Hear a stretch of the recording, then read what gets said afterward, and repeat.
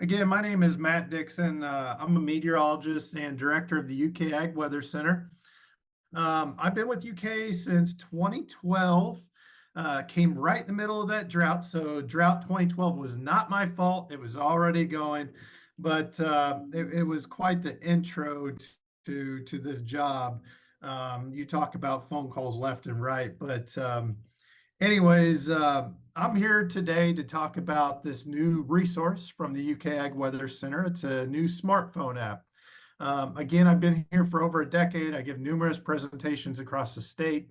And one of the questions I seem to get continuously was, Matt, when are you going to make a smartphone app?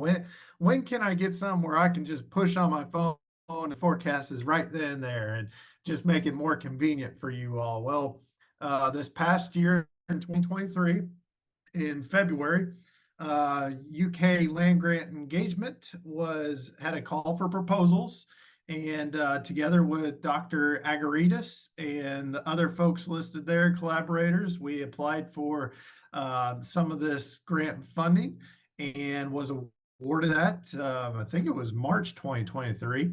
But together with that funding and help from my department, Biosystems and Ag Engineering, and Dr. Wayne Sanderson's group with the Southeastern Center for Agricultural Health and Injury Prevention, we were able to make a new weather alert through the university, or new weather app through the university called Weather Alert. Now, this is a little different. Before we really got started on this app, I was searching around the App Store, and I'm an Android guy. I was searching around Google Play, and I couldn't find hardly any ag weather based apps. And the ones that I did find, you had to pay for. So this is relatively new to the ball game. It's also relatively new because this is a university-based app. I have yet to find any other extension-based, university-based weather apps out there. So um, we made this happen. It's been in development for the past year. We worked with Dr. Song from the Department of Computer Sciences at UK, Computational Sciences, and came up with this app. So I'm just going to get right into it. First off, see if I can move this. There you go. If you guys want to go ahead and download it on your phone or get it going, the QR code to the left is for Android, and the QR code to the right is for Apple or the iOS store. So, all right, going forward. First, I'm going to talk about the iOS side and then the Android side. So this is a look at the iOS version of the app. And both versions are pretty much the same, just the layout's different. Android, what I didn't realize whenever we started this project, I didn't realize how much that back button would cause a difference in creating the design. So, but we wanted to make a simple navigation. Here on the iOS, you can see 5 tabs down at the bottom. The first tab over on the left goes straight to your GPS location and gives you the current conditions and forecast for that location. So hourly data, daily forecast data going out the next 7 days. I think hourly goes out the next 36 hours. Gives you the temperature, the probability of rainfall, winds. We're working with another data company called Barron, and I'm talking to them about trying to incorporate precipitation totals onto these daily forecasts. So, for me, it's been hard for me to find a weather app which shows you daily precipitation totals. As I explained to them, 100% chance for a 10th of an inch of rain in the agricultural community there's a big difference between that and 100% chance for 1.5 inches of rainfall. So we're trying to get that pushed into the app now. I have another tab for my ag weather update. This is the placeholder now for the ag weather tools. I'll get to that here in a second. But if you're not already signed up for that, I'll give you guys a QR code toward the latter end of the presentation. but this is a newsletter I send out to let you all know about, what the past weather conditions were like, forecast outlooks, some interesting information, so on and so forth. Whenever we started this project, I told the group, I want to do this right. I definitely, obviously want people to use it. And in doing so, radar is pretty important to any weather app. It's big for all the farming folks out there across Kentucky, knowing when that precipitation is going to get to your location, intensity, so on and so forth. And this radar we include on this app is very high resolution, high definition, and you can zoom in straight to your farm. You can zoom out across the state. You can zoom out across the United States. So it's however much of a weather nerd you want to be, you can be it on here. Next is the Extension Disaster Preparedness and Recovery page, another tab down there in the lower left-hand corner. And this provides extension preparedness resources from the university. This is from the Extension A&R page right now. Again, this is going to be remodeled here in the next year. Lastly, before I get to the next tab, I want to say, this app is extension based. We're not here to make money. And in doing so, there's no ads on this app. So I told you we were working with that data company. They had placeholders for ads. I had to call them. It was like, hey, we don't want this stuff. And they thought I was crazy. And they said, oh, this is a good way to make money. But no, this is extension. We're not here to make money. Uh, and do so, you're not going to see, any ads for your local grocery store, restaurant, and so on and so forth. I will say, associated with this, I had a very good comment from a farmer over in Boyle County I got recently, and she told me that where her farm is located, on a good day, 1-2 bars on her cell phone for service, and this is one of the few weather apps she can use now because ads are not bogging down the system where she lives. So, anyways, this is the iOS version. I'm going to go on to Android now. Again, because of that back button on Android phones, I had to change the format a little bit. I should say UK computational sciences had to change the format a little bit. The coding's way over my head. I'm just your simple neighborhood weatherman. But over on the left, this is the main page you'll come to on Weather Alert. Your 7-day forecast with weather on the now. That's your current conditions, your hourly forecast, your daily forecast. You can pretty much use this page to anywhere across the app. You see your interactive radar over there, view any alerts for your area. Get to that in a second. I will say, if you guys look up here on the second image where it says Georgetown, Kentucky, Georgetown, you see multiple circles below Georgetown. You can add up to 16 other locations. So for me, I'm concerned about Princeton, Kentucky, our research farm out there. I'm concerned about my brother out in Oklahoma. I'm concerned about my in-laws over in Owensboro, Kentucky.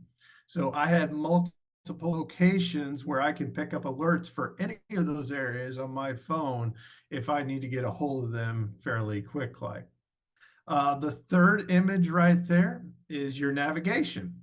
So if you want to see the ag weather update, go to that update tab right there. If you want to go to the UK A&R disaster preparedness page, that fourth tab right there. But you get some information on this app itself through About Us, but we got that same radar incorporated on your Android with no ads. So again, I got tired of getting on other smartphone weather apps, and you see the current conditions ad, you see the forecast ad, you see radar ad. You want to see the hourly data? Oh, you got to pay $10. No, that wasn't going to work for us. So again, everything is completely free.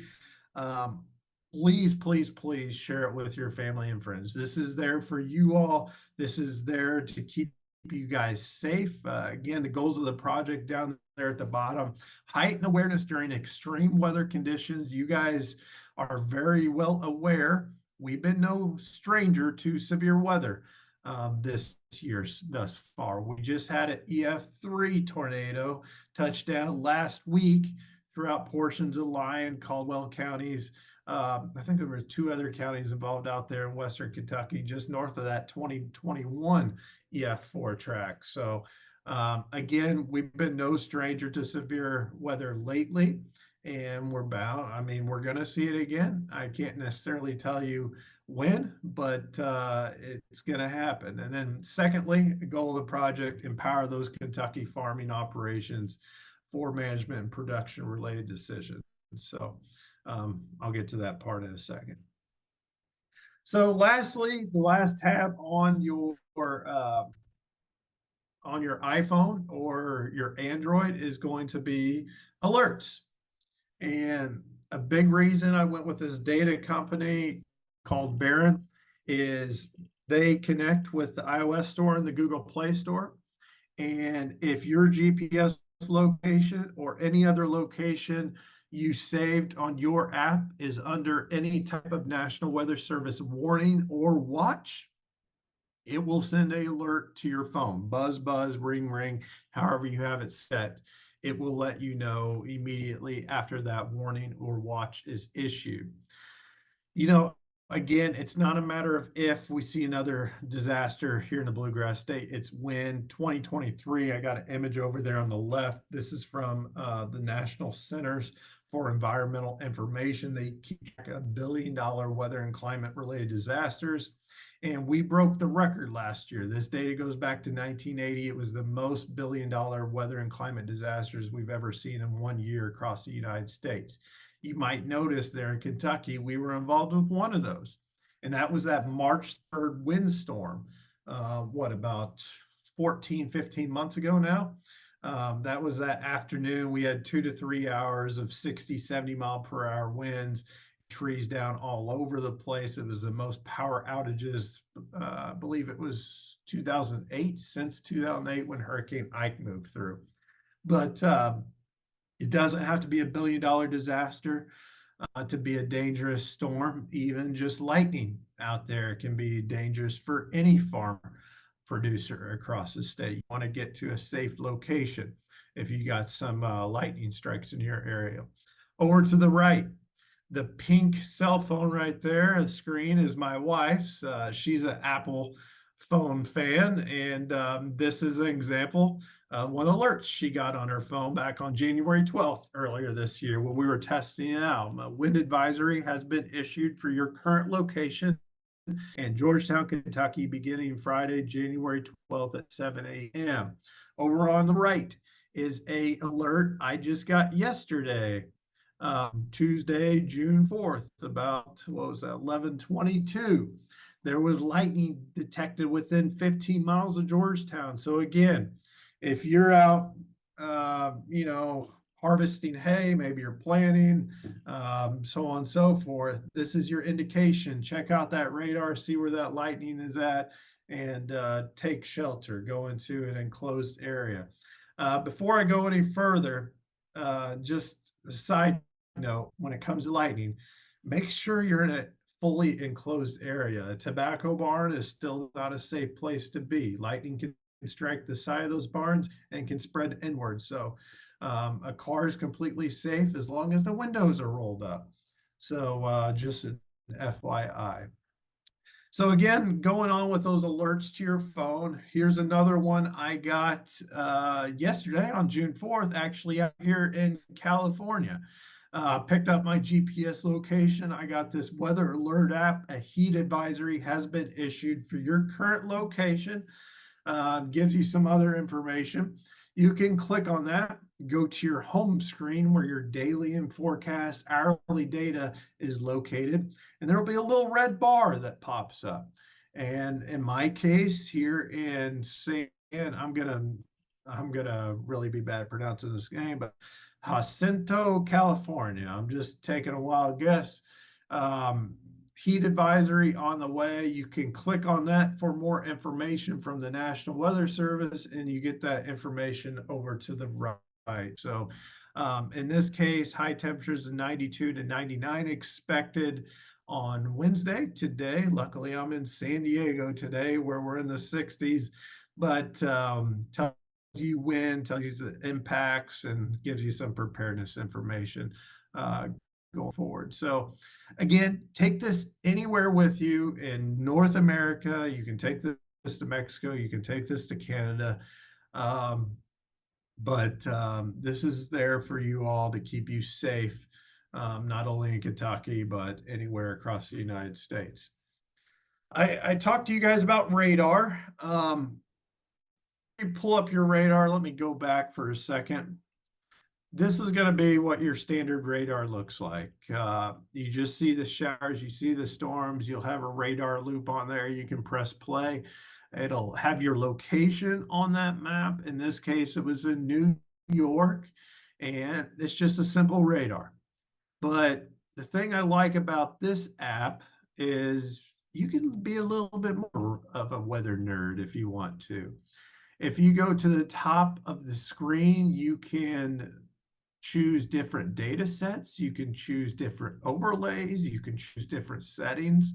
The only things I have done different on my weather alert app is I check the boxes for NWS alerts, lightning, and storm vectors, basically showing the direction and motion of different storms. But most folks, you're probably good with NWS alerts and lightning.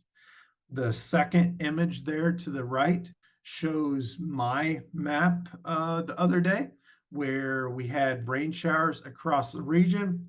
We had a severe thunderstorm watch in place, is that purple box. Again, you can click that purple box to determine what that watch is for, more information. I got the red dot there showing my saved location in Georgetown, Kentucky. You can see the lightning strikes down in Danville area. You can see them over in Frankfurt. I believe I took this image during the UK track meet last week.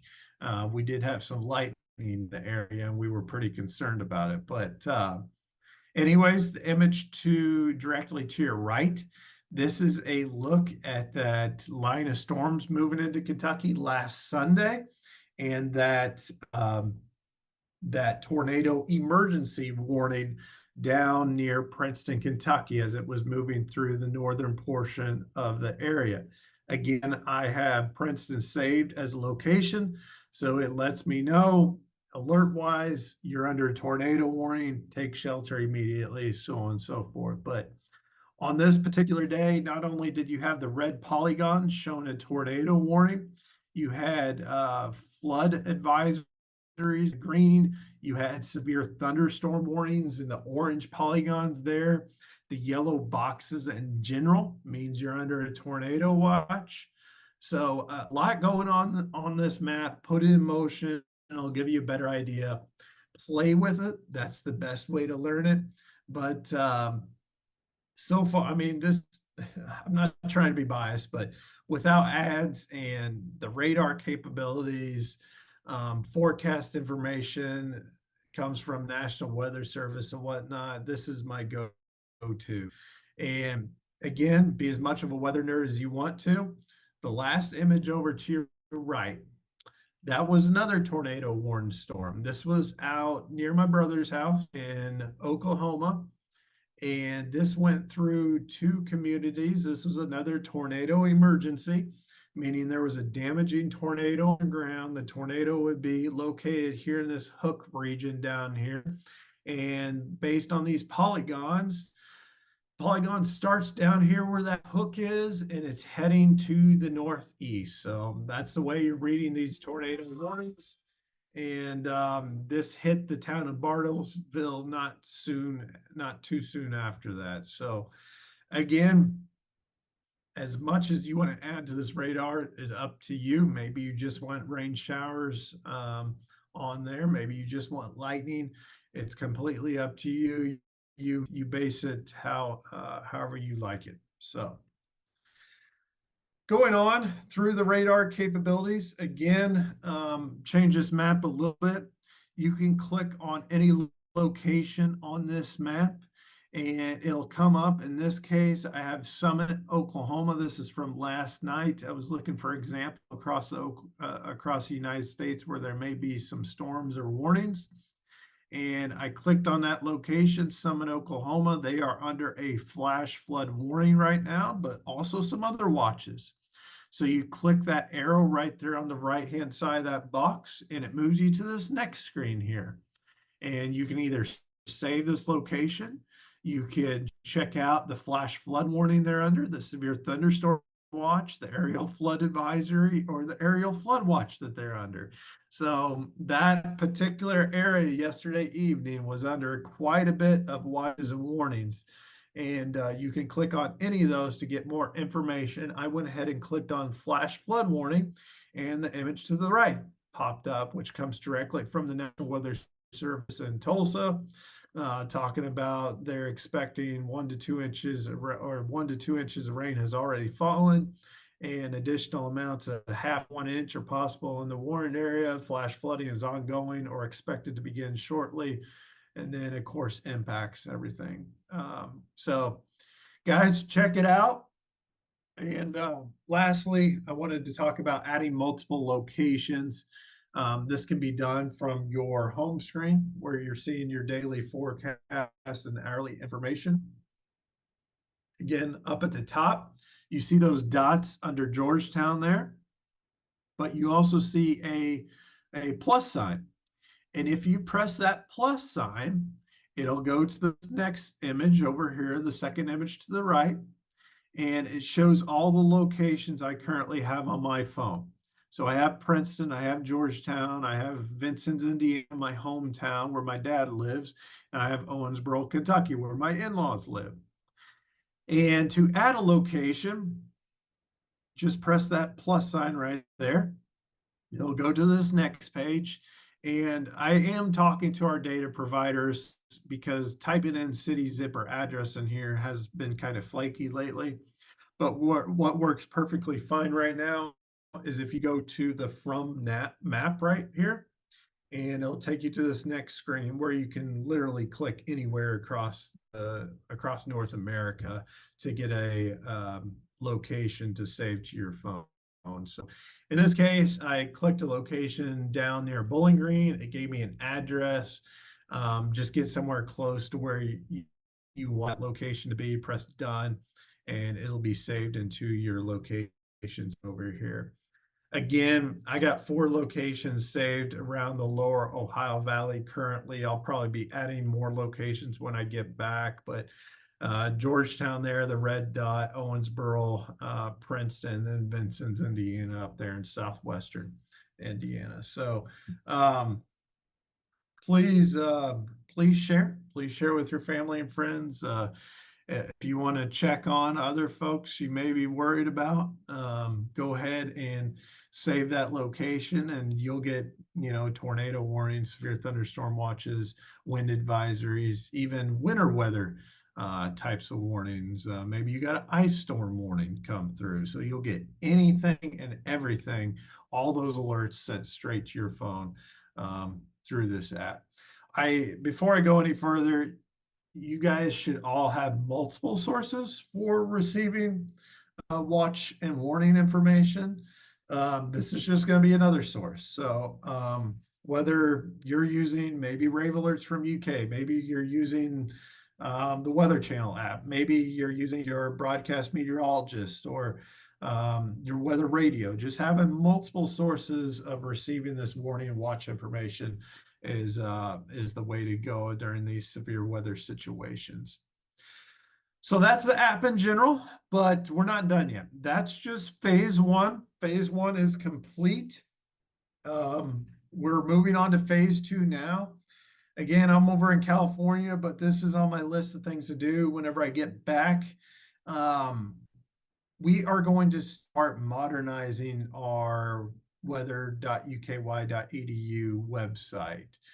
We got numerous tools and models on there for farmers and producers across the state. And And here's an example of point ag forecast. This is showing the forecast every 3 hours over the next 3 days. We add some ag specific forecast down there at the bottom, spraying conditions, drying conditions. At this point, it was livestock cold stress. That is changing to livestock heat stress now as we've gone into the summer months. But sometimes watching the 6 p.m. Weather forecast isn't enough for farmers and producers. You need more precise information, and this is what that point ag forecast is there for. But the plan is we're going to simplify our website. We're going to modernize it. So it will be available on this smartphone app. I can't tell you when. It's sometimes we get curveballs thrown at us whenever we're developing these tools and models, especially putting on this app. But we're the goal is to make it county by county product. So making it very simple for you all, GPS enabled. So right when you click that ag weather tab, it goes straight to these tools and models and gives you the forecast information and also the climatological information. So down here's an example. What's the weather been like the past 7 days for your closest weather station? So in Fayette County, that may be Bluegrass Airport. Over the past 7 days, average a total of 1.86 inches. This was taken back in January and February. I'm just giving an example, but that was 1.11 inches above normal over that 7 day time frame, 248% above normal. The extreme high that week back in January was 60, and the extreme low was -1. So just a real general idea what the weather's been like in that area. If I move on to phase 3, again, the idea is to make a county by county product. This is for disaster readiness, and we want to be able to point you all to, those sources of information in your county. We want to make it as personal as possible to your location. Maybe put the information for emergency management, any types of warning systems they have in that area, and then your general disaster readiness information. So this is a 3-phase project, but as I've been talking with folks across the college, there's already a lot of new ideas coming out, how we can use this app going forward. I just got a invoice from the data company we're working for, and they record the amount of clicks that they are getting on their system. And we went from in February, like 25,000 clicks to, I believe it was 350,000 in March to 1.25 million in April. So it's getting bigger and bigger by the month. I haven't got the information for May yet, but I can only imagine with all the severe weather, there was probably a lot of clicks during the month of May. So it's really starting to grow. Again, please share with your family and friends. For more information on any other updates, feel free to sign up for the Ag Weather Update. This is another resource I mentioned earlier that I've been putting out through the UK Ag Weather Center. I just put one out before I left for California on May 31st. And in this particular newsletter, I talked about the wet month of May. It's likely going to be a top 10 wettest May on record in Kentucky history. This data goes all the way back to 1895. So 125, 130 plus years of record. The state as a whole averaged 7.58 inches, which is crazy for this time of year. Western Kentucky and Central Kentucky averages were bumped up to 9.84 and 9 respectively. But again, very wet month overall. Gave you guys some information, gave you guys some maps on that. Talked about the Western Kentucky tornado that went through Dawson Springs to Charleston, Kentucky. Again, that was an EF3, estimated peak winds of 160 miles per hour. It was on the ground for over 35 miles. So another long track tornado here in the Bluegrass State. And then the forecast going forward the next week, 2 weeks, so on and so forth. So if you guys are interested, please scan that QR code up at the top. I can come back to this here in a second, but that's pretty much closing up my presentation. But again, the QR code for Android over on the left and iOS over on the right. So